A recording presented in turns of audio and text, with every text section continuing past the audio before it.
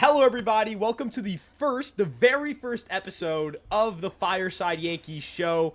Your New York Yankees are currently in first place. They're 77-54. Believe that is the best record in all of baseball as of recording right now. They have a one-game lead over the Baltimore Orioles in the loss column. It'll change to either half a game total if they lose, which we'll find out after this episode's done, or if they win, it's the Yankees still up one in the loss column. So point is, regardless of when you view this tomorrow morning, they will be in first place. Sam, it is great to have you here. It is great to be doing this podcast, doing this show.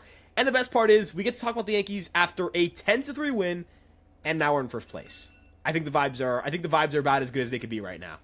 Yeah, it's great to be back in space, right? We talked about this pre-show. This was probably the best game that we could launch this show on, coming off of a 10-3 trouncing today against Colorado Rockies. Just a beautiful sight to see. I mean, it was a fun weekend. Outside of yesterday was kind of gross, and we'll go game by game and kind of discuss what happened this weekend. But this is kind of the best day to do this, Ryan, just because of what happened today, and the vibes are really high, and the Yankees are in first place, and, this is really a stretch where the Yankees can kind of pull away and make the AL East theirs.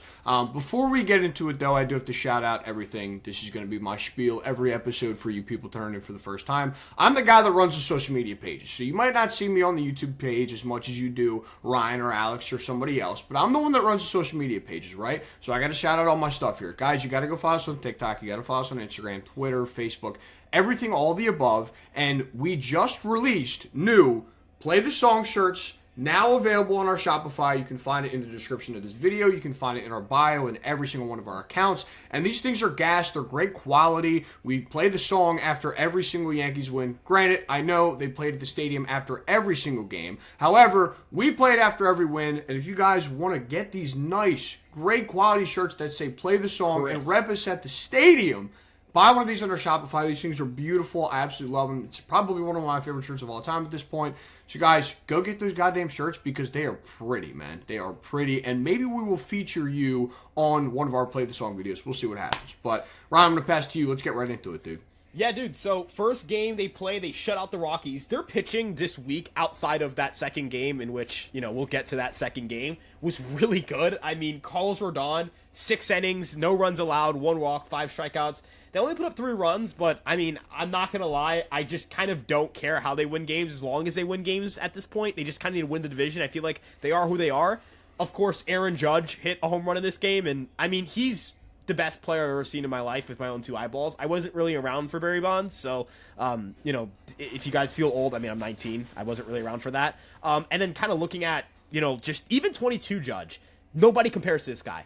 22 Judge does not compare to this. He's insane. He's insane. Stanton hit a home run in this game as well. Stanton has been on a heater, and it's funny because he's come back. It doesn't feel like he's having the normal Stanton slump where, he just doesn't look like a major league hitter, which is great. They really did not need a black hole in the middle of that lineup right now because, not that the lineup is bad, they score a lot of runs or anything. I don't want to, try to make it seem like the lineup's bad, but, having another black hole would give pitchers an avenue and kind of a way to just kind of all right, pitch around Judge. You can't do that anymore. Stanton can put a ball 500 feet into left field. That man is special. I know that's your boy, Sam. I know that's your dog. It's unbelievable. And this was the Stanton home run that night was the one that he muscled out. It was pure upper body. It was right center field, and the ball just kind of kept carrying and carrying and carrying. I'm not sure if it was the wind or what it is off of just his pure strength, but I don't even know how that ball left the yard. People on the internet still don't know how that ball left the yard. A couple things from this game that I do want to point out here that were interesting to me. Gleyber hit a double at a leadoff spot to lead off the game, which was really fun.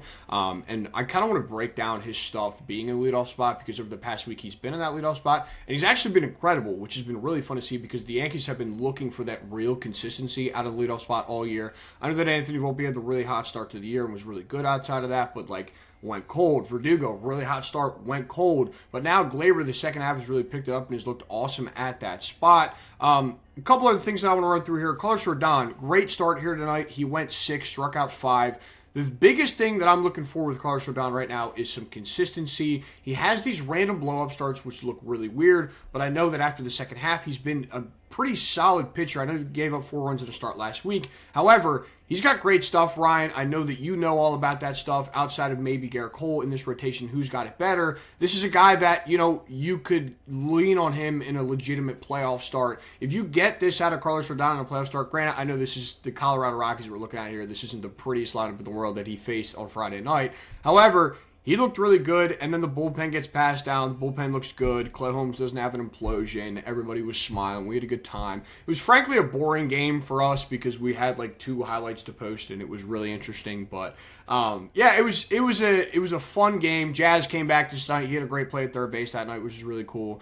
But like outside of that, I didn't have any crazy takeaways outside of Glaber's good in the leadoff spot.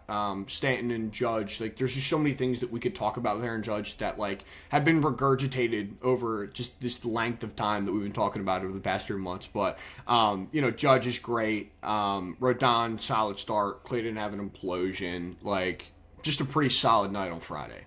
Yeah, and just to note, the Yankees moved Gleyber Torres to leadoff spot against Detroit in that series. I know we want to forget about that series. That series was gross. But he has a 439 OBP over that stretch and 894 OPS.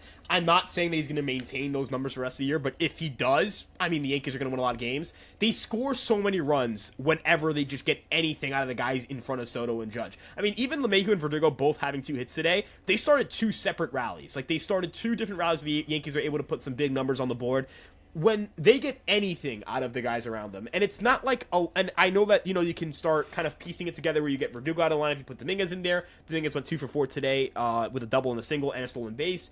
I don't necessarily view Rizzo as like a good hitter, but I think he's better than DJ LeMahieu offensively. Maybe that's not saying much, but getting anything, any sort of life out of just the bottom of the lineup and getting Torres, having the at-bats he's having or the play appearances he's having, it changes everything, because now with a run on first, you can't just walk Soto and Judge. You can't do that. You have Wells there, you have Stanton there who can hit, as we just mentioned with Stanton, the way he's hitting, the way he's the plate coverage, the upper body strength, everything he did in the offseason really feels like it's paying off. So, as you mentioned, outside of a couple of guys going yard and just a really great team pitching performance, wasn't too much to take from that game. The second game, it's Old Timers Day, '09 Yankees. I'm getting chills watching like that montage video. It was not a good game for the Yankees. The Yankees, Will Warren gets absolutely smoked. He gives up 5 earned runs, 6 runs total. The bullpen isn't much better. Leiter Jr. gave up a home run, and then Michael Tonkin. Rest in peace to Michael Tonkin. His last outing as a Yankee, he got torched for 2 runs. This was a game to forget. This was like a game where you just like take it out of your memory bank. You just throw it away. This game does not matter to me. I can't. No, this game was just really frustrating, man. It was a gross baseball game. The biggest thing that I can pull from this baseball game is that Alex Verdugo hit a home run. And I think it was like an 8-1 game at that point, and Doogie hit a home run, and Alex Verdugo hasn't hit a home run in a month and a half, so that really surprised me. It was really fun to see. Will Warren started this game and got lit up. Now, here's my thing with Will Warren and why I actually kind of feel bad for Will Warren. So, entering the year, Will Warren entered that, he was in that competition for the 5th spot, right? It was him and Luis Gil. We hadn't seen Luis Gil pitch in 3 years, so we didn't know what we were gonna get from him. Will Warren was this very highly touted prospect, had a great 23 and double, and was like, okay, like this is probably gonna be the guy. Like Warren's gonna take this next step up. Like he was working with Garrett Cole a lot. Like everything looked great on the surface, right? Gil comes out and lights up spring training and has obviously had a great year thus far, but he ended up winning that 5th spot. And then Will Warren in triple this year, not great. Not good at all. His major league debut is when they had that scratch Cole start because Cole had like the stomach flu or something in Philadelphia. And then they call up Warren, they're like, hey man, like you're an hour away. Come make your major league debut. Didn't throw awfully. Like he was actually decent that game, but is now just like a spot guy that like the Yankees will call up in a random spot, like in a pinch, right? Like Gil going on the IL is now like he's, thrown into the rotation at this point. And I don't think that any of that blame is on him. Like, realistically, like, when you're in between these teams and, like, you don't know where you're throwing and, like, when your next start's going to be, I just think it's a gross situation. And right now, I don't think he's necessarily ready for that big league level. I think he'll probably be a lot better next year, like, once he just gets accustomed to the big league hitters. But I would not place any of that blame on Will Warren right here. I mean, it was just a gross day for baseball, to be honest with you. And, like, it sucked, man. It really sucked on Old Timers Day, getting spanked around by one of the worst teams in baseball because they're a bad baseball team. Let's be honest with ourselves here. And it was so funny to me because during that broadcast, every half inning they had like one of these Yankees legends come through. Like Mariano was in there, like Girardi was in there, and it reached a point where Kay and O'Neill didn't even care about calling the game anymore because the Yankees were just getting spanked. And they're like, okay, like, let me talk to Mo. Like, it doesn't even matter anymore. Let's have these conversations with these legends. Let's keep this broadcast rolling as they're down by 9 runs. They should have had Johnny Damon in the booth. They should have just thrown Johnny Damon deserved the chance to be in the booth. Johnny Damon looks like he has a lot of fun. I think Johnny Damon He had fun. I think Johnny Damon really enjoys post-playing life. I think he spends a lot of time in Florida. I think a Margaritaville cruise is probably right up his alley. I wouldn't be surprised if he made an appearance at Billy's last night.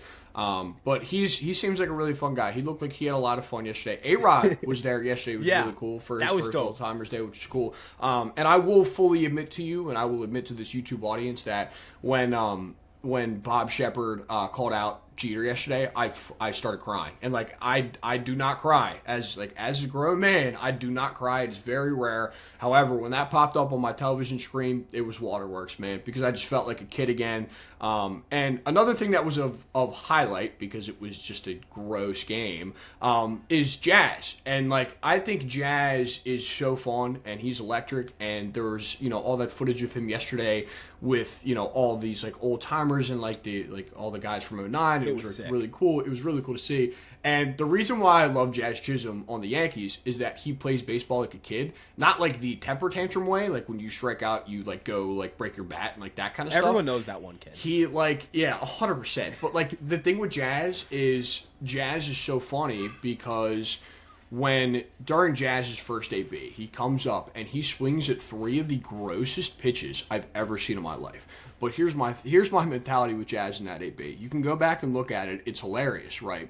When you're sitting in front of your childhood heroes and you step up into the batter's box, you're swinging as hard as you can with whatever you got. You want to hit a home run. You want it over that short porch.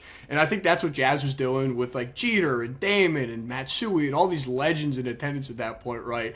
And it just did not work yesterday, yeah. And he ended up having 2 hits. Actually had a decent game, Jazz did. But that AB, play too. Yeah, and he had a great play at third. And he looks good at third, man. He looks good at third, and it's really cool to see because I feel like that's a solution that we've been looking for so long. And Jazz Chisholm, a guy that's never played that position in his life at the professional level, has mainly been a second baseman, shortstop, center fielder. Now it's just stud at third base, and it just fills a gap that I feel like the Yankees have been looking for forever. And this is a guy that you still have under team control for the next 2 years, is a decent bat if he can stay on the field.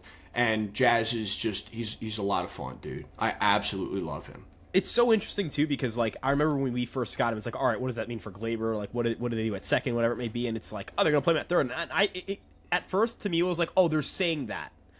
They actually meant it. And I think it's worked out. I know he had an error today, but for the most part, I feel like he's just been really good at third. I know there are things that are, like, it looks like there are some growing pains, but just from an athleticism, he can make plays I feel like guys actually cannot make. Like, he makes plays where, like, I don't think credit to Oswaldo Cabrera, he's a great defensive third baseman. I know LeMahieu hasn't hit all year, but he's a really good defensive third baseman. They can't make those plays. I don't think they can make some of those plays. And he's a joy to watch play baseball. And I think that's the best way to put it. He's a joy to watch play baseball and seeing him back on the field.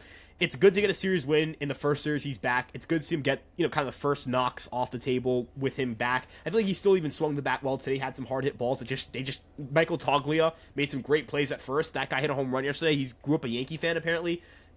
Really, it's so cool, like, every single time. And it's so interesting because you talk about that '09 team, right?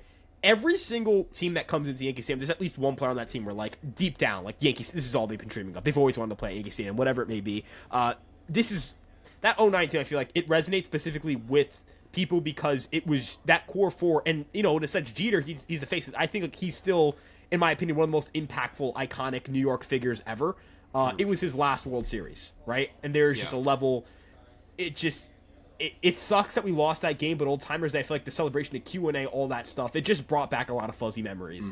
And then they were able to kind of dust away that awful game with this third game where, I'm sorry, I know it's the regular season, Soto's, Judge, and Stanton going back to back to back is objectively so cool. Like, it is everything you dream of. Like, when we sat here and thought about what this lineup would look like, what you thought about was a situation where Soto, Judge, and Stanton would go back to back to back. It's awesome, dude. This is what, the second time they've done it? Or I don't know if it's in San Diego, if there was, I think Verdugo was hitting cleanup, so I don't know if they did it back to back to back or just all homered in the same inning. It was 5 pitches. They saw 5 pitches total, and we saw 3 home runs. We were posting highlights. Dude, I'm posting the Soto home run, and then Judge goes yard. I'm posting the Judge home run, then Stanton goes yard. It was crazy. It's nuts. It's unbelievable. And that was a close baseball game. That was a 4-3 baseball game where the Rockies are chipping away. I'm thinking to myself, we're really going to have to record this episode after having a 4-1 lead, having bases loaded multiple times, and not coming through. I was like, this is gonna be like a bad podcast. It's not gonna be a fun podcast to do. No, we can talk about this team after they drop double digits and Stanton, Soto, and Judge. I mean, God, dude, that trio when they're locked in. I don't care what anybody says. They will score so many runs. Don't like the other 6 guys could suck if those 3 guys are clicking. Like, that's where I'm at with that trio.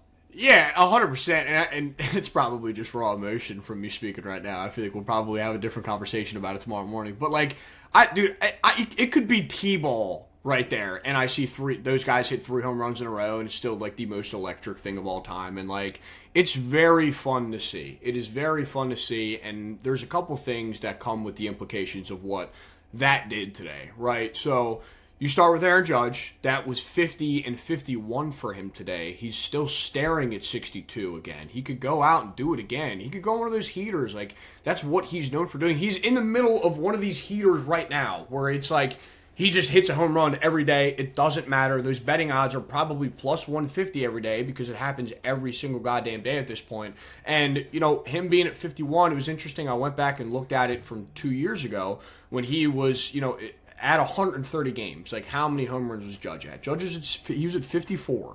So he's still even off that pace from 2 years ago when he hit 62. So I don't doubt that 62 is in range. But you and I kind of talked about it earlier. I don't think that that's necessarily something that Judge is worrying about right now. And I think that this is a baseball team that just has a completely different mentality. 2022 was the Aaron Judge walk year. It was the Aaron Judge year. It was the home run record year. It wasn't necessarily, obviously, us Yankee fans, we wanted them to win a World Series and do whatever. They got swept in the ALCS, and that team had a historic start to the year, were absolutely incredible, but just completely tailed off at the end of the year. This team now, in August, has the best record in the American League in the month of August and in the entire sport, which is really cool. And right now, I just feel like it's a different mentality of these guys just want to go out there and win a World Series. I think they could care less about their personal accolades, and I think that also goes to the fact of, you know, with what Juan Soto's doing. Juan Soto is having a career year, probably the best year of his entire career right here as a New York Yankee, and he's still not even the best player on his own team, which is absolutely unbelievable. If you placed Juan Soto in the National League right now, he would win the MVP. He'd win in a landslide. He'd be the runaway winner. It's insane. He's unbelievable. It's nuts. And you want to hear a crazier stat? So, Aaron, it's August 25th, 2024 at the time of this recording. Aaron Judge has more WAR, more home runs, and more RBIs than both the 2023 AL and NL MVPs. So both Acuna last year set records with the stolen base home run thing. Otani had another historically great year. More WAR, more home runs, more RBIs than both of them. It is not even September. And then in Soto's case, highest WRC plus of his career, already surpassed his career WAR. He's probably going, like, if he had this season last year, I actually think he would have won MVP as well. I think he would have been a deserving MVP. I also think he would have won MVP if he played in the NL this year and last year. He's just that guy right now. And the crazy thing about Juan Soto is that he's 25. And I remember thinking to myself when Judge did what he did in 2017, hey, this could be the best version of Aaron Judge we ever see. If he's like just kind of slightly worse than this for the rest of his career, that's fine. What leaps could Juan Soto take? Because I've never seen Juan Soto look this good in my life, and it's not because he's a Yankee. It's every statistical measure. He's barreling the ball more. He's striking out less than he did last year. Every home run he hits now is a new career high for him because he had 35 last year. He's at 37 right now. He's hitting, like, I remember a lot of the conversations about Soto were, he hits the ball on the ground too much. Has his ground balls really been a problem? I don't even feel like he hits that many ground balls. Like, when he does, he smokes them through the hole for a hit. he's just on a different level. Like he's on a different level, and it's crazy that Aaron Judge is so good that he's like 40% better than Soto in terms of WRC plus. That's stupid. It's stupid. Yeah, it's nuts. It's the modern day Ruth and Gehrig, and there's nothing really like that you can do to trump that. And I don't think that either of them would ever be jealous of each other. I think that they seem pretty tight. They obviously play the game really well together. That just seems like a really tight-knit group in that locker room. And they're just having a lot of fun right now, and I just think they just kind of want to win baseball games. And it's not really tailed off from the beginning of the year. And like you saw that from the beginning of the year off for it. This team has a lot of camaraderie. So it's really fun to watch those two play baseball because legitimately you could make the case that they're the first and second best players in the league right now on the exact same team. And they could bring us a championship, and it would be absolutely amazing. One other thing that I do want to talk about here with I want to talk about my boy, dude. I got to talk about my boy.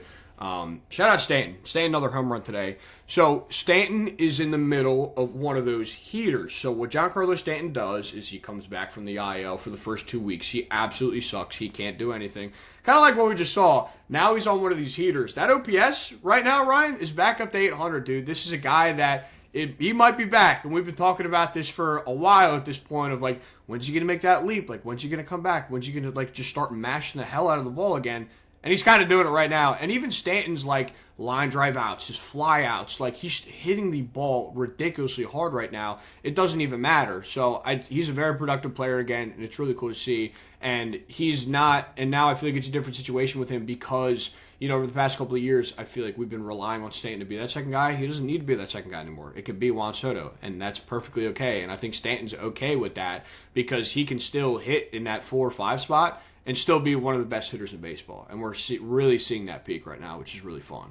Yeah, this is gonna blow your mind. Damn it, it's called xwOBAcon, but you can just simplify it to just damage. It's a very fancy way of just saying how much damage you're doing. Giancarlo Stanton has the highest damage rate in a single season, and this is excluding 19 and 20 because he played like 10. He did not play basically. It's the highest he's had since 2017 when he won NL MVP. He's at 491 this year. This is before the home runs, by the way, guys. So this is not updated yet. He was at 501 the year he won MVP. He's hitting the ball harder. He's hitting the ball harder than he's had really at any point he's had as a Yankee. Like I feel like the quality of contact, as you mentioned, it's better than it's ever been at any point with the Yankees. He's pulling the ball a little bit more in the air. It hasn't like he's chasing a little more, but I'm fine with that. I don't necessarily I don't need Giancarlo Stanton to work walks. That's not. He's past the stage of his career, I think, where he's like 27 and he can sit back on a ball and still have enough like. He's had generational bat speed to clarify, but he was like super generational. He was like. I feel like people forget just how good prime Giancarlo Stanton was. His sweet spot rates, which is like how often you're hitting batted balls between 8 and 32 degrees, which is important. You want to hit batted balls between there, or else you're hitting pop-ups and ground balls. It's at 34.7%. That's the highest mark he's had in a full season ever. Like the times he's had higher marks were 2019. He played barely at all, and then 2020 he again barely played at all. In 2021 was at 32.6%. The last 2 years it's hovered around 27%. I think that's helping him hit for like not an abysmal batting average. I know batting average isn't the most important thing in the world, but that does help your OBP. The reason he had 275 OBP last year isn't because he didn't walk. He walked 9.9% of the time. It's because he hit 191, right? Like he had to hit for some average. He had to generate enough hits. The non-home run hits have to be there, and they've been there. And this is a run-depressed environment. Like this year, the ball isn't flying as well as it did last year. We've seen kind of, especially to start the year, it felt like the ball wasn't really traveling. Now the ball's flying. It's summertime, and Stanton's red hot, and it's that outside slider, that pitch that he was not able to get to before. That dude, he's crushing those pitches. It's happened twice now where he's demolished pitches like that. The one in against Cleveland, the Leclerc one where he literally it's a down and away cutter. He scoops it out and it's a laser beam to left field. Torres hit a laser beam to left field too. That was super impressive. I know he's hot lately and we've talked about him a little bit. But when this team's going, they're crushing those pitches, man. They're like for opposing pitching staffs, you put more than one guy on when you're facing the Yankees, you should be scared you're about to give up 3 runs in that inning. That's how this team should operate, and that's how they've been operating lately. 100%. I feel like if you're an opposing pitcher and you walk out to Soto, Judge, Stanton, you're shaking in your boots, dude. Like, you're cooked. Like, you might get 3 right there. Kind of just like it happened today.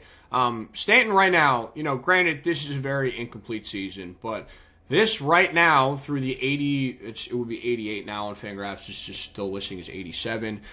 This year right now would be better than 22 and 23. 23 really sucked. He was an 87 WRC plus that year. Absolutely gross. 2022 was weird because he had that really hot start to the year, got hurt legit right after the All-Star break, and then just kind of came back and was really bad, wasn't really great in the playoffs. Like, this is closer to the 2021 Giancarlo Stanton that we're looking at here, which is great. Very productive player, can still hit with the best of them. That OBP is not pretty, and I don't expect that OBP to be pretty for the rest of his career. If Stanton can just come out, give me like a 120 WRC plus, give me like 30 bombs a year, I'm perfectly okay with that. And that health seems to be maintained. Like, I just feel like there's not a lot of stress on his body right now. They never play him in the outfield anymore, which was, to be honest with you, I think that's a good thing. Because if he is putting that strain on his body and, they have guys that can fill in now with like Grisham and Soto and Judge playing center field sometimes. And like even Waldo can pop out there if they want him to. Like, there's just bodies that can fill in those spots now and they can afford to give him days off because these guys are hitting and like the team's good. So I feel like it's been impressive because there's less on his plate, I feel like, with Giancarlo Stanton. And then you even like look at that Savant page. Like that Savant page is still pretty red, like it has been for the entirety of his career. He's 100 percentile in bat speed, which is like the new stat that came out this year, and like it's still just like an elite metric. Like he's an incredible ball player that I think, if he can stay hot and just kind of produce for this team going down the stretch and then the end of the playoffs is going to be massive for them, especially hitting out of that 4 or 5 spot. Because once you get to Soto and Judge, if you're not done, that's gross. An opposing pitcher is going to absolutely hate that, man. I also just love the Stanton. Like, there's the LeBron FU3. The Stanton, I think Stanton is like his home run is the baseball equivalent of that, where like 100%. He will hit a ball so hard and you're just like, all right, like if you're an opposing pitcher, you're like you look up and it's a laser beam to the outfield. It's a screaming line drive. It's this, how is this ball, like how did this ball get out kind of ball. It's nuts. It's insane, and it's something that this team needed last year. And they finally have it. Like, they needed it last year. That's what they needed. And they have it, and he's their third best hitter. Yeah. And going forward, look, I don't know how Giancarlo Stanton's going to hold up, how his body's going to hold up, how he projects for 2025, all that stuff. That's not really in my mind right now.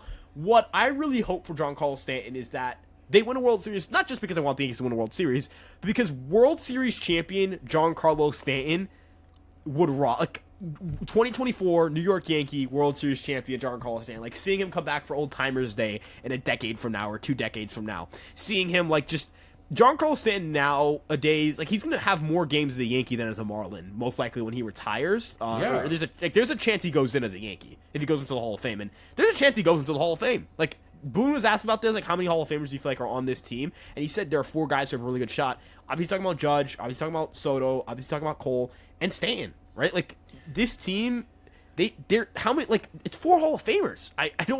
They're stupid loaded with like all-time kind of talent. It's crazy. So yeah, I'll ask you, I will present that question to you. Do you think Giancarlo Stanton's going to be a Hall of Famer? I think he will. Look, here are a couple of things that Stanton has going for him. Number one, the counting stats, right? Like, he has a ton of home runs on his belt. He's at 42.4 WAR on Fangraphs. I think he just needs to cross the 50 WAR threshold. 8 WAR with like 4 years left in that contract. It's not a given. He's not on pace to get there. But like, I feel like a 50 WAR DH is going to get, in my opinion, should get into the Hall of Fame. Like, David Ortiz 100%. Is right around the 50 to 60 WAR player. Edgar Martinez is right around a 50 to 60 WAR player. Vlad Sr. was a position player. He played the field and he was roughly a 50 to 60 WAR player. Also, losing that 2020 season, I feel like, doesn't help a lot of guys who have these like borderline Hall of Fame cases. He has an MVP. He is one of the best right-handed hitters of his generation. I think he gets in. Like, I think he will make it one day. And I will say this right now, he will do so as a New York Yankee, and it will be glorious. It will be glorious. It will say World Series champion, at 2017 MVP. I don't know what year he'll be a World Series champion. I hope it's this one. But he'll be an NL MVP. He'll hopefully have a World Series underneath his belt, and he'll be a guy who has like 500 home runs. And I think people just kind of forget how good this guy was and how good this guy can still be. Like, I think that just kind of goes under the radar. The big home runs too, man. Like, I feel like whenever we need a home run from Stanton, especially the last few years, we've gotten it. 2021, I always remember that year as like, that was, dude, he was just laying down the law. I won't be more descriptive than laying down the law. I think that's the terminology I'll use here. That was so lit. That season was so incredible from him. It was a lot of fun, dude. And he was walking that year, too. He was really walking that year. He had 350 OBP that year, which is an awesome clip.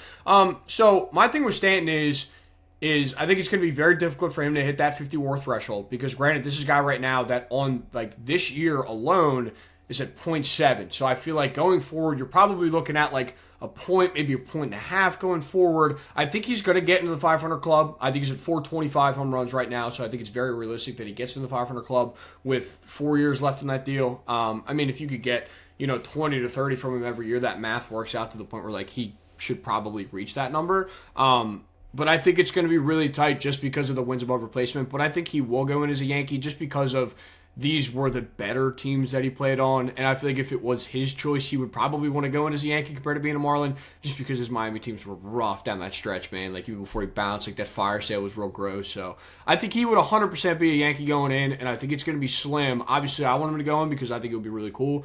But I think Boone is 100% right that there are 4 future Hall of Famers on that roster, 100%. And I feel like if you're not able to win a World Series in that span with those 4 guys, that it will probably be looked at as a really bad thing in a couple of years. Especially considering, like, you have a lot of these guys. Like, Stan isn't in his prime, but he's still good. Cole he just won a Cy Young, right? Like, he's still in his peak years. Soto is having his best year. Judge is having the greatest season by right-handed hitter ever. Like, the AL isn't really, like, there's no 2018 Red Sox. There's no 2019 Astros. There's no 22 Astros. It's like we're not the 22 Astros. We're not that kind of good, but we are the top team in the American League in terms of record right now, I believe. That's not how, I don't think people look at us like a dominant, insurmountable force, but we sit atop the league. Like that's where we are right now. I know that can change literally tomorrow, right? Like tomorrow we could be like, oh, they're not even in first place. That's how fast it can change.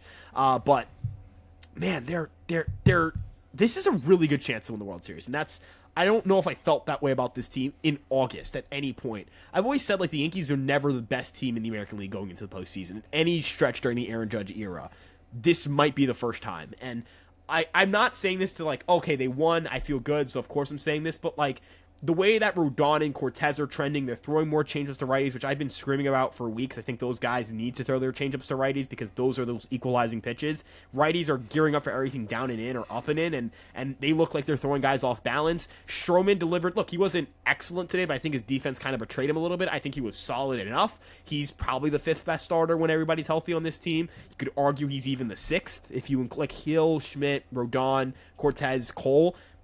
They have a lot of like good enough starting pitching. And the other thing is that I like about this team is that this bullpen could actually get a lot better in the coming weeks. Like Hamilton, if he's the Hamilton we saw last year, dude, he might be the best reliever on the team if he's the Hamilton we saw last year. That dude just punches tickets. Cousins just punches tickets. Weaver can punch tickets. Holmes, it's always going to be shaky. I don't think there's anything Holmes can do from this point forward to get rid of the pit in your stomach when he pitches, whether that's just because it's a one-run game, whether it's just like, sometimes it's not even just him, it's the fact that you know that it could be a slow roller where it's nothing he can control or nothing your infield can control, and it just goes for a hit. There are just a lot of things that has gone wrong from this year. But when you look at how these guys miss bats, the stuff these guys have, and you can kind of throw these guys together. A guy like Lou Trevino, maybe, Scott Efros finally finding the velo on his stuff. He kind of looked a little rough in AAA for a bit. This bullpen could rock, dude. This bullpen could be a legitimate strength of this team. Maybe you move a guy like Schmidt or Heel to the bullpen, and I kind of want to get your take on this. Would you move a guy like Heel or Schmidt, or maybe both, to the bullpen, considering how a guy like Rodon's trending, or a guy like Cortez is trending, or whatever it may be?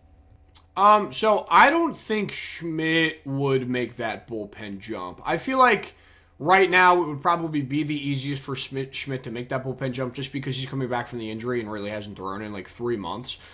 So at that point in time, you would just kind of want to bring him back and build him up at that point in time. But I feel like Heel's stuff would work better out of the bullpen, if that makes more sense, just because it's the velo uptick, and I feel like I would want Schmidt to go like a 5 or 6 compared to like a Heel, who has legitimate control issues. Like he walked 6 guys in his last start. Granted, I know there's the back issue now, and he's on the IL and that kind of stuff, but I feel like between those two guys, I would probably lean Heel. But I think it'll probably be Schmidt because they just want to keep building back up, and they're just not sure what that guy's going to be. And, like, I'm 100% with you on this bullpen thing. We've had bullpen issues all year, and I feel like this is something that we've been attacking of, like, an area of concern. But there are, like, some fun standouts out there. Like, you mentioned Jay Cousins, who's been really fun. Tonkin was fun for a while, but RIP. Somebody told me, actually my mom told me that she reminds him of Goofy, which is kind of funny. I don't know how that works, but he's apparently Goofy in my family's eyes. But there's been some fun standouts, and like Clay has still been like a decent closer. Like I don't think that Clay Holmes is the worst closer in the world. I don't think he's incredible, but like Yankee fans have been so spoiled for so long because we had Mariano Rivera for 17 years, guys. That's why Craig Kimbrell out there. Like that's there are teams that there are good teams that legitimately do not have a closer. I'm not trying to like sneak diss Craig Kimbrell, but I'm pretty sure every Orioles fan would understand what I'm saying. You know what I mean? They would hop on here, they would join this call and start screaming at Kimbrell with us. Right. Like, they would be saying worse things. They 100%. Like we're being nice. We're being nice about that, right? And like it's an interesting situation with them over there. I'm not going to delve into that because they just have a lot of problems themselves. But two more things that I do want to add here.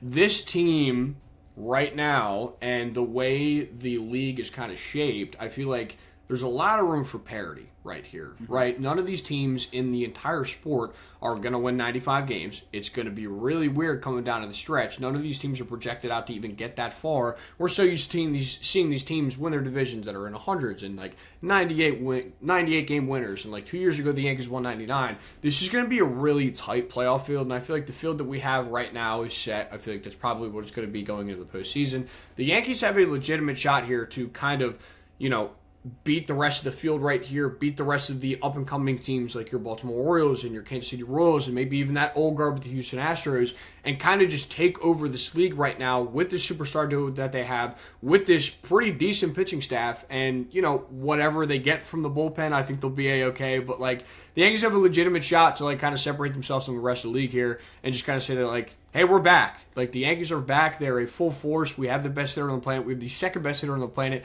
and we have the best we have the best pitcher on the planet with Garrett Cole. And then going down the stretch as well, something that I did want to tap on is the Yankees have a really, really bad schedule coming up. And I don't mean bad in a way that, like, the Yankees are going to struggle. I'm saying the Yankees should stomp on these teams. Obviously, we just took the series from the Rockies, but upcoming, you have the Nationals. You're going to go to D.C. You're going to play the Nationals. Then you got the Cardinals coming to town, have not been great. The Rangers have this World Series hangover, have not been great. Then you go to Chicago, not been great. Then you go to Kansas City. Obviously, they're going to be a playoff team, right? But, like, kind of stomped on them earlier this year. Ryan, you and I should look back. Ryan, you and I should look back on this stretch here, this 12-game stretch, and be like, okay, like, this is where the Yankees won the AL East. Like, they should be able to take 10 of 12 from these teams, maybe even 9 of 12. And, like, look at Baltimore on the other side right now. Like, they're playing Houston right now. They have the Dodgers coming into town next week. So, the Yankees, we should be able to look back at this in a month and a half and say, okay, like, this 12-game stretch is where the Yankees were finally able to pull away from Baltimore, win that division, and then cruise into the playoffs with a decent record, and, like, the vibes would be high at that point. So, I feel like they really have to take advantage of the schedule because the Yankees actually had the weakest schedule in baseball heading into the second half, which is kind of a big thing, just because, they're able to play good baseball. But this should be the stretch right now where they should get their business done. 100%. Yeah, and it's felt like they've beaten the good teams, but not, like, dog walk the bad ones. Like, it's weird. So people say they haven't taken advantage of their schedule, and, like, yes, I agree, but they've also played good baseball. They should be playing torrid baseball because they've killed the teams that you would expect to be giving them fits. Like, I expected the Phillies to be a problem for the Yankees. They pushed them aside pretty easily. I expected even a team like Cleveland, like, hey, maybe they'll make some noise. And the Yankees were really if they just got one guy to score, they would have swept them, right? If they were just really incompetent in extra innings that game. Very uniquely weird in run scoring situations. I know people. An awful game. Yeah, that was so bad. I will say this, and I think a lot of people would agree with me. That game was worse than losing 9-2 to the Rockies. Because, like, the 9-2 loss, you're like, all right, you know what? We're down, like, 6 runs. It's okay. Like, I don't move on. Like, win Sunday, who cares? Friday, it was like, dude, we should win. Like, the game is right. We could have won this game 2 or 3 different times. So I think that was also like Wells barely missed a walk-off home run because he like, it was like right at the warning track if he just hit it like 2 feet higher. It was just a frustrating game. But the way that this team is trending, Garrett Cole's stuff I feel like has ticked up as well, like the fastball velo, the vertical movement. It looks like the pitcher we saw last year. That's huge for me. Even when he's struggling, like he really grinded against Cleveland. They were working at bats. They were not whiffing a ton. He still shoved against them. He was still brilliant. I don't think he didn't allow an earned run. He walked 5 guys. He didn't even allow more than 1 hit. So I felt like he was particularly dominant then. If they get Schmidt back, and I think Schmidt, I agree with you that he should stay a starter. If they're going to move one of those 2 guys to the bullpen, I would choose Heel, just because I think Schmidt is not a better starter, but we saw what he was doing when he was starting. I feel like he was really finding it. And again, if it comes down to, hey, can one of Stroman or Cortez or Rodon or 2 of them be dogs for you down the stretch? And they're starting to turn it around. Before it was like, gosh, which one of these guys are we keeping out of the rotation in a derogatory sense? Like, which one of these guys, how many of these guys can we force out of the rotation to, hey, all right, I want a healthy competition here. I'm not, like, advocating for anybody yet. I don't know which one of those 3 guys I would push out yet. My answer would be Stroman today, just because he doesn't miss a lot of bats, but he can pitch his way into it. I want these guys to compete for that. Like, it's awesome to see these guys, like, we're getting starts, and I'm not like, oh, this game's over in the 3rd inning. Like, outside of the Will Warren game. I really feel bad saying it. He's my guy. It sucks, man. But yeah, it does suck. Point is more so the guys are going to pitch in October. They're getting the ball and they're throwing the ball well. They're spinning the ball well. The bullpen, dude, Cousins comes into a game. I'm like, I feel good. He did scare me a little bit. That fly ball to left field, that first one that Verdugo caught. I was like, and I also felt bad because I said Canley was pitching his tail off, and then he walked the first guy. I'm like, he's totally giving up an earned run here. Like, it's just the course of events that have to happen. Canley's looked really good, and it's interesting because Tommy Canley, when he first came back, was throwing like 91, 92. He looked old. Like, he looked like an old guy coming back from injury. He looks great. I think he's allowed like 1 run over since like July. It's crazy. He's been unreal. Ground balls, strikeouts, which again the Yankees bullpen needed a lot of strikeouts. The guy who needs to turn around is Mark Leiter Jr. Like, I know people are going to pin it on Holmes. Holmes is not the guy who I'm like looking at as like, oh, he's trending really in the wrong direction. It's like, I think it'll sort itself out. Leiter Jr.'s got to figure it out. That's the guy where, like, all right, he's got to pick it up a little bit. I think he can. I think, he's got a great splitter. Curveball's good. The fastball, that's kind of underwhelming for me. I think if he finds it, this bullpen could be something. It really can. I really believe in this bullpen. I have a hard time betting against Matt Blake. This dude finds... Tim Hill has a sub-3 ERA for the New York Yankees. Tim Hill throws like that one from The Simpsons, Marge, when she... Marge, yeah, the meme. Yeah, like the Soto meme. That thing is hilarious. So I did just pull up their stats this past week, these bullpen arms, and there's 3 guys that just kind of stand out that have been gross. One of them just got DFA'd. It was Michael Tonkin. He had a 13.5 this past week. But, like, outside of that, like, you got 4 2/3 from Tim Hill. Didn't give up a run. Mark Leiter Jr. gave you 2 1/3. I think he gave up 8 runs, so the ERA got inflated to 3.86. Like, Meza, like, was throwing like garbage innings this week. So, like, again, I'm not even gonna pin it on him. I think he gave up like a late home run in Noel, I think, in that Guardian series, so like it just kind of looked gross. But outside of that, the rest of his bullpen did not give up a run. I'm talking Cousins, Weaver, Clay, Canley, Tim Hill did not give up a single run this week. And those guys, between giving you 2 and 3 innings a pop, I mean, Hill gave you 4, which is like fine. Like, that's just good results. Like, recently, like, Blake's been on his shit. Like, this bullpen looks like a solid unit right now. And they could, like you mentioned at the top, like, this could get a lot better. Like, this could be a better situation. Like, we just saw Tonkin go, and so who did they bring up Phil today? Bickford. Yeah, they brought up Bickford, but like I don't think Bickford's going to be around for that long. He's going to get cut soon. I think Bickford's just going to be like a placeholder for like one of these guys that are rehabbing, like these people that are down at AAA or like doing like whatever. Like, I just think he's here like just to kind of fill a spot right now. Yeah. So again, this unit can get a lot better. Like, again, it's a month and a half till the postseason actually starts. This could just look like a completely different unit, and they're getting healthier. They haven't necessarily been healthy the entire year. No. So we'll see what happens. But like this past week, really good unit. Another thing that I was just kind of scrolling at is like bats this past week. Like, the bats have like actually been quietly really good. I know at the top that we were talking about Glaber and like what he's done this past week as far as like going back into the leadoff spot. Been very, very good. I mean, Aaron Judge, if you were to guess right now, If you were to tell me right now over the past week, what was Aaron Judge's WRC plus over the past week?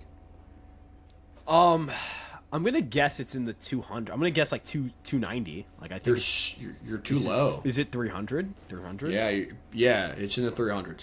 350. I'm gonna go 350 roughly. 358. Yeah, I'm not 358 WRC plus over the past week. Not, and this is like kind of normal. Is this real? Including today though? Because I don't think last week's split. It's not including today. He hit 2 home runs. It's probably in the 400s. What's crazy is I know that obviously when you hit 2 home runs, your WRC plus goes up. His WRC plus went up like 3 points. He hit 2 home runs and worked a walk, guys. Like he had. That's like normal. His WRC plus didn't go up. The one game he had like a home run and like I think it was like a double and a walk. Like that's stupid. Oh my God. What happened? One very specific guy that I want to shout out on the show this week. This is my boy. I think this guy's incredible. This guy is an award winner, and he is an everyday starter for this Yankee baseball team. And he will be for the foreseeable future. And that man's name is Anthony Volpe. Yes. Anthony Volpe faced a ridiculous amount of criticism earlier this week. People were talking about setting him down. People were talking about sitting him down. He obviously had a really rough, 50 PA stretch. Do not get me wrong.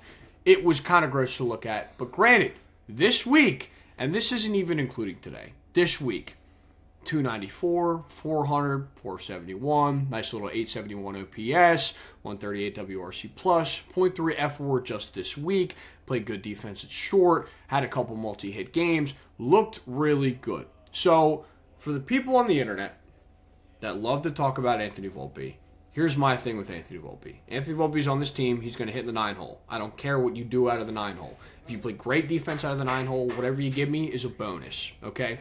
He looked awesome this week and kind of shut up a lot of his haters, which was really fun to see. So, Anthony Volpe, you are safe from any criticism from this podcast for a very long time and probably for forever because we do love you on this side. You're a great dude.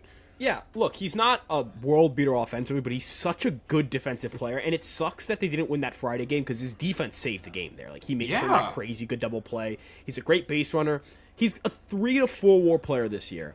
I don't know if people understand, a 3 to 4 WAR player, and I know they're going to say, well, he's a shortstop. You accumulate WAR by just being a shortstop. That's not exactly how that works. You have to actually be good defensively there. I think he's top 10 in WAR in both WAR metrics among shortstop, among his peers. So relative to his position, he's roughly been, in that 10 to 15 range.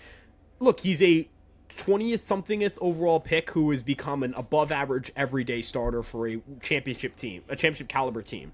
I don't know how else, he's not a superstar, sure. he has not become a superstar. He's 23. I'm not going to close the door on him becoming better. I think that would also be stupid. And on top of that, I don't know. I feel like people chalk this guy up like he's a bust, and I just think it's crazy to me. He's not even a bad player. He's objectively a good player. He's 30-somethingth in WAR. He's a top 50 position player this year. I'll take it. He's in year 2. He barely played in AAA. Give the guy some time to maybe he becomes a better hitter. If he's ever a league average hitter, the guy's a stud. I know people say he's just Andrelton Simmons. Andrelton Simmons was a really damn good major leaguer for a very long time. He had a 10-year career, accumulated about 30-something WAR. Look, is he a Hall of Famer? Is he Aaron Judge? John Carlos Stanton? Is he Juan Soto? No, he's not in those class of players. But if every player you developed, if the only way they can become a success is if they become a Hall of Famer, I think that's crazy. I think that's such a crazy high. I'm not trying to blame fans for having expectations or sense. If you thought Anthony Volpe, if you're hey, I'm disappointed in the bat, yeah, I wish he was a better hitter. I'm not going to lie about that. But I think he's a much better defender than I ever thought he'd be. I never thought he was going to stick at shortstop. I didn't think he was going to be a good defensive shortstop. It was going to be okay, maybe. And then someone like Peraza would come up, and they would supplant him at short, and he'd move to second. He is one of the best defensive shortstops in baseball. Premier, world-class at the position. And that's valuable. I've seen bad defensive shortstops. I've seen them hurt this team. We've seen bad defense hurt this team. People go on and on about, even when Glaber was hitting, it's not good enough because he's not a good enough defender. Well, when you have a great defender at a premium position, he's not hitting that well, it's still not good enough either. So, I don't know. I feel like, as you mentioned, it's a lot of unfair criticism towards a guy who is objectively a good baseball player. Is he a superstar? No. Not a superstar right now, but if that's the bar of success for every first-round pick, you've got a lot of busts. You've got basically every first-round pick's a bust then, because there's an allure that comes with being a superstar. It's rare territory. 100%. There's 3, 4 on this team. Like, I don't think the Yankees or Aaron Boone are expecting Anthony Volpe to go out and be this world beater with the bat. Obviously, they would love it, but like they know that they have a Gold Glove caliber shortstop that's going to play that position for you every day. If he gives you something with the bat, then sure. But outside of that, man, there was a lot of unfair criticism this week from people that aren't talking about DJ LeMahieu, that aren't talking about Alex Verdugo, that aren't talking about some of these pitchers. Like, why did Volpe become the topic of that conversation this week, instead of flipping it onto some of these, older veterans that really shouldn't necessarily be with the team anymore? Like, I don't want to talk about people losing their jobs, and it's kind of a tough scenario, but Volpe was at the head of that, and it kind of went crazy on Twitter this week. To me, and for us, for virtually no reason. I am perfectly okay with what he does and the role that he fills out on this team, and he swung the bat great this week, and I think he shut up a lot of people this week. For anyone who's I can say this with so much confidence, for anybody who thinks Anthony Volpe's on the verge of being demoted, that's even a conversation, you have you are so lost right now with what the evaluation is with him. And I'll say this too, like, a lot of people said, like, oh, well, he's the golden boy, he gets to play a lot and struggle and whatever, maybe and other prospects don't. I can say this, number one, I'm sure the prospects that have played with Volpe are so happy to see him succeed and get to play at the major league level. Number one, that's their boy. Number two, what you want to play is the problem that, like, Cabrera isn't playing enough or Rice isn't playing enough or whatever. Maybe, like, the Yankees we talked about the fifth starter job. It was Will Warren and Luis Heel. It wasn't Luke Weaver and Cody Poteet. It wasn't Cody Morris. It wasn't signing Michael Lorenzen, who, granted, Michael Lorenzen's actually been pretty good this year, but you get my point, right? They didn't try to pick somebody up. It was between a guy who's never thrown a major league pitch and a guy who hadn't thrown in, as you mentioned, like 3 years. Those were the two options, and they let them rock. Wells did not even have to compete really for a job in spring training. He was winning that job, right? Dominguez, I would love Dominguez to be up. I know it's because of service time, and I'm very confident in saying when they expand rosters on September 1st, he will be here, and I think he will play a lot. The fact they hit him 5th in that game they had him come up for, I think speaks volumes for what they think of him. And as you mentioned, like, we don't want to talk about guys having to lose jobs because, end of the day, like, we are a first place team right now, and no one wants to lose their job. I think everyone has that, like, deep down fear of knowing how either they know somebody who's lost a job or they've gone through themselves. Like, that experience sucks. We don't want to push that for guys, but Volpe's certainly not the guy you'd think of when you think of that, right? It's not him. It's just not. Yeah, I don't know. I just feel like the Volpe discourse is so bad, dude. Like, for an objectively good player. Yeah, it was nasty. And, like, for, if you walk into this year and you tell me that Anthony Volpe's a 3.5 win player and the year ended right now, just like through 130 games, that he is a 3.5 win player, like, would you take that? I'd be like, yeah, 100%. I'm taking that 10 times out of 10. Like, he's doing what the Yankees need right now. And he was at the head of a lot of criticism this week that just really was unwarranted, and I didn't necessarily understand it. Realistically, one more thing that I just want to tap on you with, before we cap this thing off, is about Jason Dominguez. And realistically, what his availability is going to be. Like you said, they had a lot of faith in him, hitting him 5th in that Little League World Series game. Very weird situation. And, like, I didn't necessarily love that play at all of, like, that had to be a position guy, and Dominguez was going to be the position guy, and, like, we'll just slot him in 5th. And, like, he didn't hit well. And, like, I didn't expect him to hit well because he doesn't hit as well from the right-handed side as he does the left. Facing against, Tarek Skubal, who is probably going to win the Cy Young this year. Just a really gross situation to put him in. But with Jason Dominguez coming up, how do you think that fills out, and what do you think the Yankees end up doing with Alex Verdugo? Because I feel like when Dominguez comes up, that's going to be a guy that is going to play every single day. Yeah, it's when the service time stuff, because look, you're what, like 4 or 5 days away from that not mattering. It'd be really weird with 5 days to go to say, all right, we don't care about service time. Like, he could have done that a month ago, right? So I'm not gonna beg for it right now. But when he comes up, yeah, he's got to play every day. I believe in him fully to be a starting left fielder. I don't think he's going to be a superstar off rip, and I don't think he has to be. If he's a 100 WRC plus hitter and runs the bases well, this lineup gets a lot deeper because he's probably hitting like 7th. Maybe he leads off, but I think Labor has settled into that role nicely, and I think it's good that they don't have to force Dominguez to lead off because I feel like that could be a really bad idea. Like you mentioned, like sometimes like just the idea of like throwing a guy out there who's really young and like, hey, just figure it out. Like sometimes that can really be disastrous. And Dominguez is clicking. Like he's hitting the ball really hard lately. lately. He's 2 for 4 today. He's just been a hits machine, and that's when Dominguez is going right. When he's just, he's not the type of prospect where like he's going to hit 50 home runs in a year. He's not like Aaron Judge in that regard. But when he's right, he's hitting like 400 in a week. He's like tearing the cover. He's got like 11 hits in 5 days, or 13 hits in 6, or whatever it may be. He's got some like incredibly high average, and he's working walks and whatever it may be. He's smashing the ball, and that's what he's doing. And he's 13 for 14 stolen base attempts. He's played like 30 games in AAA, so I think he's going to be aggressive on the base pass. Last year, for like 40 bases. If Dominguez can provide some speed and provide some power, this team's going to be that much deeper, and they're going to be that much scarier to face, because it's just those situations where they have like runners on, and they just, or a situation like today where they have Verdugo get 2 hits and LeMahieu get 2 hits, and it sets up 2 different rallies, because they just need to get they just need to get as many at bats for Soto and Judge as possible. The lineup just needs to be able to churn their way and get walks and get on base and get some hits. And I would love some home runs too from the guys like Stanton and Wells. And I think a guy like Dominguez, he's just so talented, and I'm so excited to see what he can do. Because could you imagine? I kind of think like Evan Carter last year with the Rangers.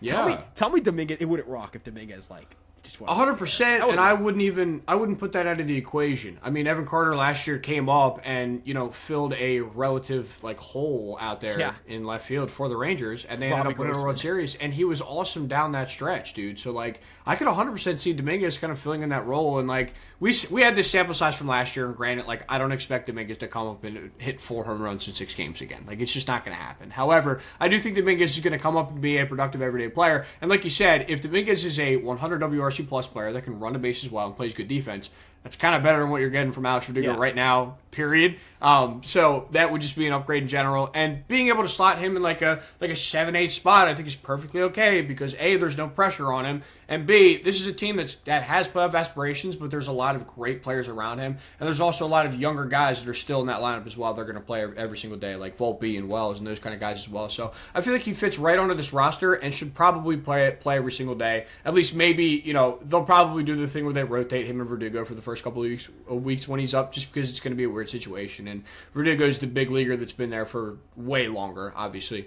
But I just think he's going to be a very productive player for the Yankees when it comes up, and he'll probably get full run next year, which will be a lot of fun. So I think that the Dominguez situation will figure itself out, and he will be awesome when he comes up, and I'm really excited. And I can't wait to see him. He's a lot of fun to watch. Yeah, and the last thing I'll say too about Dominguez is him getting to spend a month in the clubhouse with Soto. Hopefully, multiple years. In fact, close to a decade. That would be more fun. But that would rock, dude. That 100%. Would rock. And as like, look, man, I know this is me speaking from my parents are Dominican. I'm Dominican.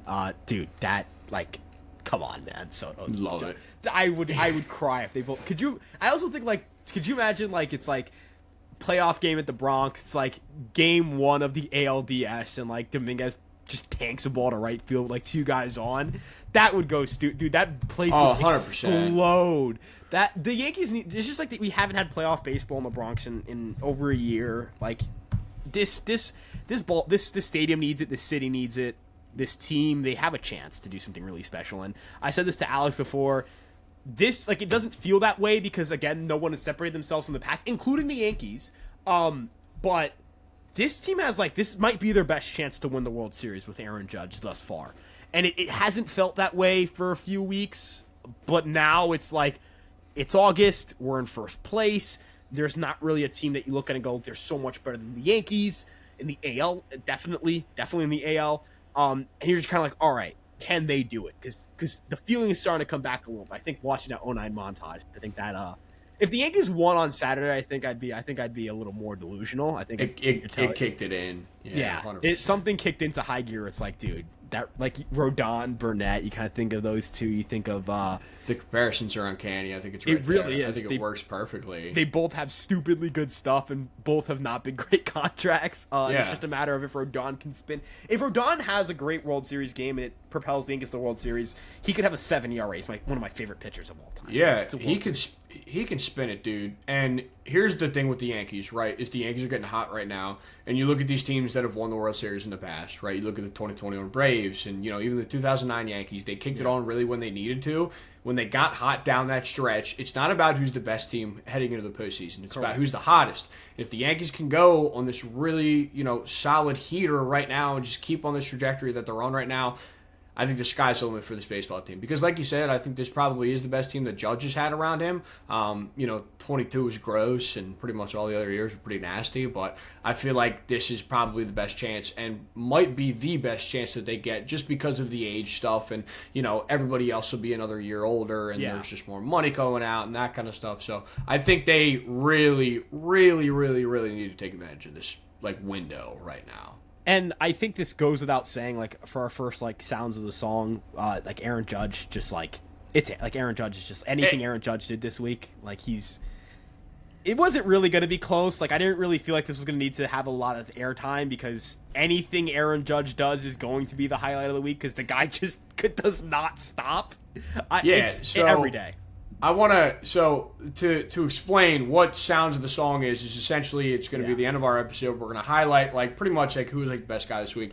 I feel like more often than not it's going to be Aaron Judge, and then we can sprinkle some guys in there. We sprinkle Volpe in there a little bit, and obviously Soto gets his love, and Stanton's been really good. But that's what that segment's going to be every week. But I feel like it's going to be a lot of just talking about Aaron Judge and just gushing about how great he is. And, he's an incredible hitter. He's the best hitter that I've ever seen personally. I, again, also did not really get to see Barry Bonds' peak. And to be fair, I don't really think Judge will ever touch Barry Bonds' peak, because if you look at Barry Bonds' pages, they're gross. And, Aaron Judge is unbelievable. Do not get me wrong. I'm not, Aaron, this is not against you. It's just a testament to how great Barry Bonds is, even though there were some illegal things involved. But that's just not a peak that will get touched. But still, he's the greatest player that I think I've ever laid eyes on, and that Ryan, you'll probably lay eyes on. And I think it's a generational type of hitter that we won't see for another 50 years. Yeah, he hit 7 home runs over the last 7 days. He has a 1. So thank you, Aaron. Thank you for letting me play the song 4 times this week, man. Yeah, 4 times. All credit to you, dude. When we play 6 games, we play 4 times, the song 4 times. That's a good week. If we average that, we will win the World Series. So 100%. Kind of last thoughts here. Let's go Astros for this particular one game that just kicked off. If you guys enjoyed this podcast, make sure you guys like, comment, and subscribe. All of our social links are in the description, but in case you guys if you don't know how to use the description, that's fine. I get it. Instagram, TikTok, YouTube, Facebook, Twitter, all under the handle at Fireside Yankees. On Instagram, it's at fireside.yankees. And with that being said, thank you guys so much for tuning in, and we'll see you guys in the next one. Peace out, everybody. Let's go, Yankees.